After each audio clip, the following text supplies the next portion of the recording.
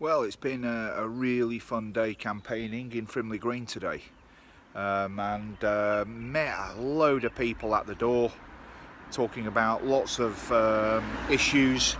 Nothing really any different from some of the things that I've mentioned before in some of these videos, but literally just as I'm finishing up here in Frimley Green this evening, I had a nice conversation with a really nice lady who just happened to mention that she's got some young people who have just really reached voting age.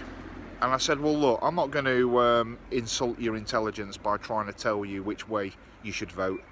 You're all smart people, I'm sure you can figure that out for yourselves. And I basically said though, please have a look at my Facebook page. Perhaps you might see a slightly refreshing take on how a local representative engages the community, and hopefully you might see something that you like, but by all means make your own minds up. But one interesting thing that I think should be put across to any young people watching this video, what's really important is if you're old enough to vote, that you exercise your democratic right to do that, whoever it is that you vote for, whether it's for me or one of the other candidates. Because I think that if young people went out in their droves and voted, then politicians or prospective candidates would certainly take your views far more seriously, because you then become one of the target demographics, which quite frankly right now you're not, because you don't go out in sufficient numbers and vote.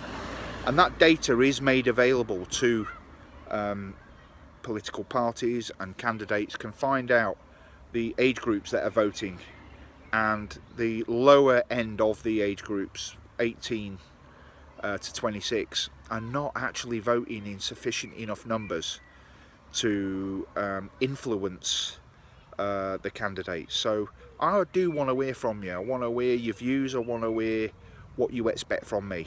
So please send a direct message, or you can contact me in any of the usual ways and tell me what you think. The way that I engage the community is at a level that's never really been done before. Certainly not in this area. You don't see locally elected representatives talking to people at this level and making themselves accessible, visible, and accountable. You know, if there's something that I put on my Facebook page, one of these videos where I'm expressing my views, and you don't agree with it, say so. Write a comment and say, I don't agree with that, I think you're wrong there. Now I'm big and ugly enough to hold my hands up uncharacteristically as a politician and admit I've got something wrong if somebody can give me a compelling argument. And I think that's really important for an elected representative, to be able to see the views and hear the views of residents, because that can help shape the way that I vote, influence the way that I think, and represent you at the council, so that I can argue the points on your behalf.